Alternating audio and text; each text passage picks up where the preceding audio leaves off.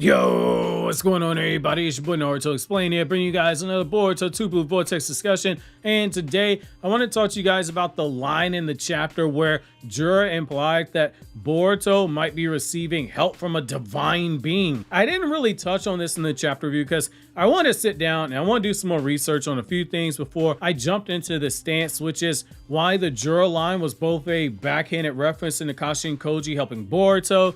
And as much as I absolutely detest this possibility, it's another layer of groundwork being set for Shibai to be introduced into the story, which longtime viewers of the channel know I am not the biggest fan of another godlike Otsutsuki showing up as floating space boogers like Hagoromo, showing up in the series like him. But after digging around into a few things from Shintoism to other story mediums that influence Boruto, I really think we gotta have a serious conversation about Shibai being the one that helps Boruto. And as you can hear from my voice, it makes me sick. Just to be clear, because I still get people ask me this in the comment section on like every other video, I'm not in that camp of Boruto's horn is Shibai's. I've never been in that camp. Eventually I'll do a video explaining why I still say it's Momoshiki's horn, because there's a design aspect that people are overlooking. So if you clicked on this and expect me to say that, I'm not in that camp. Like, it's Shibai's horn, he's Shibai's vessel. And I won't be referring to the talking points I've seen many of you guys make in regards to this subject. Again, I'll probably discuss that in another video. Say if we get like a super slow chapter, I'll discuss it then. In the chapter itself, chapter 13 of Boruto 2 Blue Vortex, Jura's opening statement about Boruto having help from the gods and divine protection, so many words. It was a nice precursor that led us into the flashback where we would learn Kakashi and Koji had awakened the power of Shibai, the Otsutsuki, who had become a god. Hence, many people, including myself, refer to him as the god of the clan because he is the only one have ever attained that status. But this one is a detail that ended up providing us with so much to look at because of how the world building shifted as a result of this reveal with Kakashi and Koji. It was as much of an overload that it took the attention of most people off of Jura's statement, and all the memes about Boruto multiverse, Kakashi and Koji is Doctor Strange, and so much more, because the topic of conversation in the community around this, it just exploded, with even known Boruto haters coming up for air from having Naruto's ramen noodle doodle down their throats for so long. Even they had to say, nah, let this man cook, because it was a creative addition to the world building, just as Omnipotent did the same thing a year ago. Now, Kakashi and Koji, he currently possesses a power that can see through all possible futures, seeing every potential outcome in the lives of all those in those possible futures. It was nothing short of the power of God at work. And it was a power that could be used to change the future, because the person who has it literally has God powers, which I'll use an example to drive home what I mean here. Many of you guys, you're back in school right now. Just based on the demographics we got a lot of college age students watching between 18 and 24. It's about 30% of you guys. So we're going to use you guys as an example. So Kakashi and Koji is basically that college student that got his hands on every single version of a test that the teacher has passed out, and the teacher has knowingly passed out 10 different versions of the same test to all the students to punish those who try to cheat, because the questions are going to be different on each student's paper, and it's going to be in a different order, and all the answers are switched around. Just as that kid who got all the answers to every possible test that is out there, Kakashi and Koji knows every possible future and every decision that can be made in said futures, and he can adjust accordingly because he has pre-information on it. As new events transpire and new paths are opened up and others are closed, Kakashi and Koji maintains access to all possible outcomes,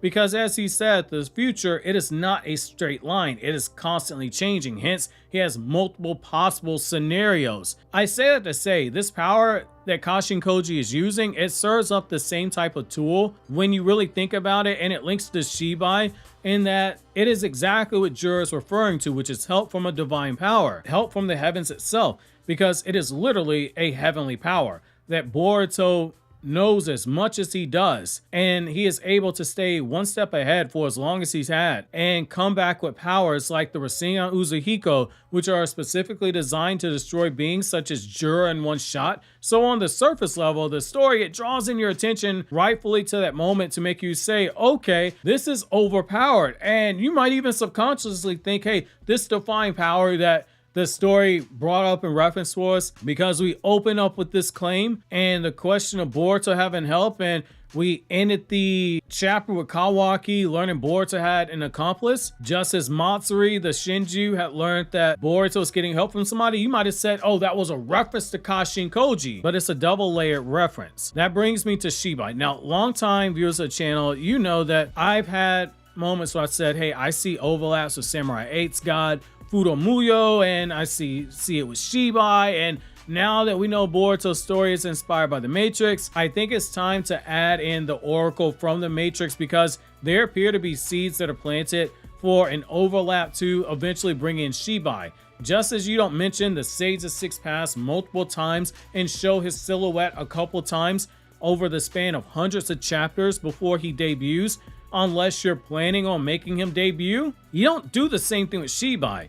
He's been brought up more than once since chapter 75 of Boruto, and really and truly in that one chapter alone, this is a monthly manga, and they devoted quite a few pages just talking about him in general and even showing him. And the Boruto databases and the physical copies of the manga, they're going out of your way to keep adding information about Shibai that isn't being told to you in the manga itself, but the narrator is telling us via the databases, like telling us that the husk that he left behind, it became the god tree after he became a god when transcended, which I've discussed in a video I'll leave down in the description box, or if you want to search on the channel, look up the price of becoming a god in the Boruto story and you'll see that one. Now let's look at the Fudomuyo and the Oracle and see how it lends itself to Boruto being guided by Shibai like the story appears to be setting up, because I firmly believe when you look at this as well as Japanese Shinto story, it lines up in a very natural way.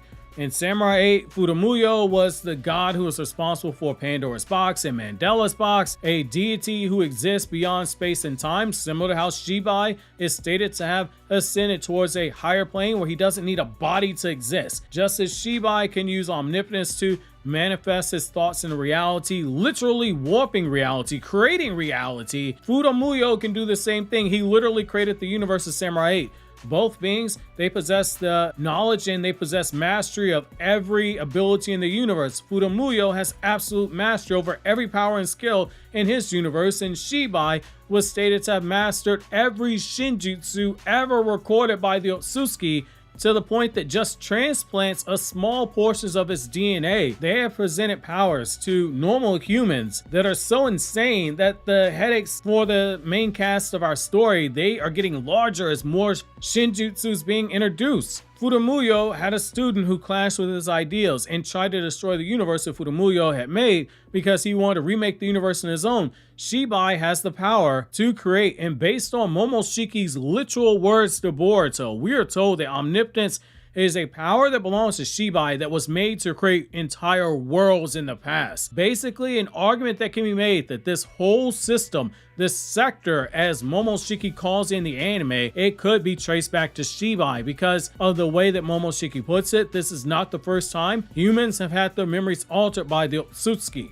Now, this brings me to the Oracle from Matrix. In the Matrix, she was someone who had the power of foresight. Just as Kashin Koji has a power that lets him see into the future, both characters advise the warrior for humanity, Boruto fighting against the Otsutsuki clan, and Neo fighting against the Matrix respectively. The Oracle acted both of her own accordance when she saw that there was a need to tip the balances for humanity in the war against the Matrix, even when being told that she was playing a very dangerous game by the architect when doing so, but she eventually succeeds in unbalancing the Matrix itself. With Shibai, there's a lot we don't know, like why he ascended beyond space and time in a way that he did, and why he's the only Otsutsuki to ever have become a god, and why the husk of his many thousands of years since the body was discarded by him, why it still possesses data that can be harvested, or rather the body that became the god tree as Boruto Database 2 tells us.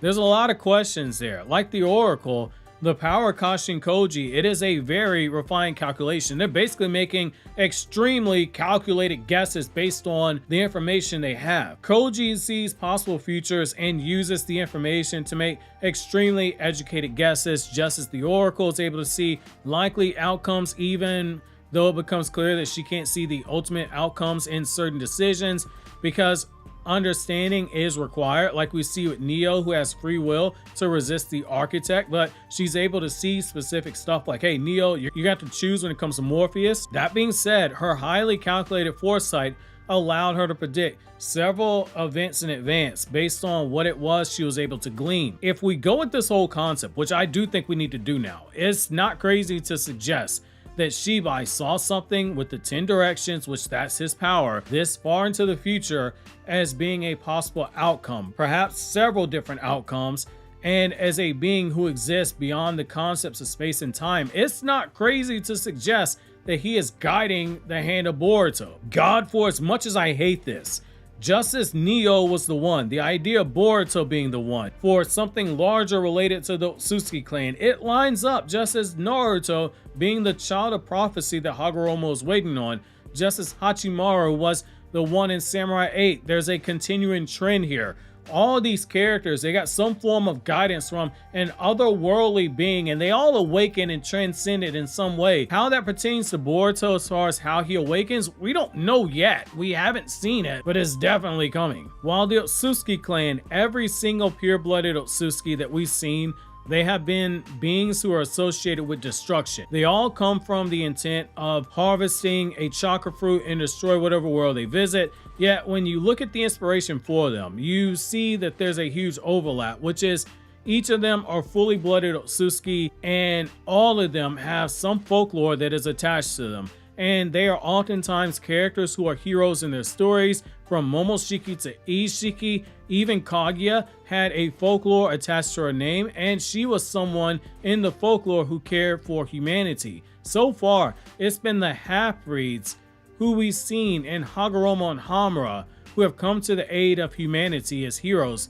because they are part human, or in the case of Hamura, his descendant 1,000 years later in Toneri, who after he took a right hook from hell after refusing Naruto's Talk no Jutsu, he became an ally to humanity too. In most of those Japanese stories, there's usually a balance of yin and yang, and it does make me wonder if Shibai isn't that balance with the Otsutsuki, which that does make sense if you think about it. He is the god of the clan, and the only thing that a god would be enough to potentially bring up some serious questions regarding being the balance to the clan that has been evil for the most part. They can't all be evil. Just looking at the law of averages, could Shibai serve a role of the gods in the oldest Japanese chronicles, the Kojiki, where we're told beings like Takami Musubi is the high creator, or Ameno Minakanushi, the central master, the creator of heaven, who used this power to bring peace and order to the universe? Only here's the thing, Shibai would be acting from afar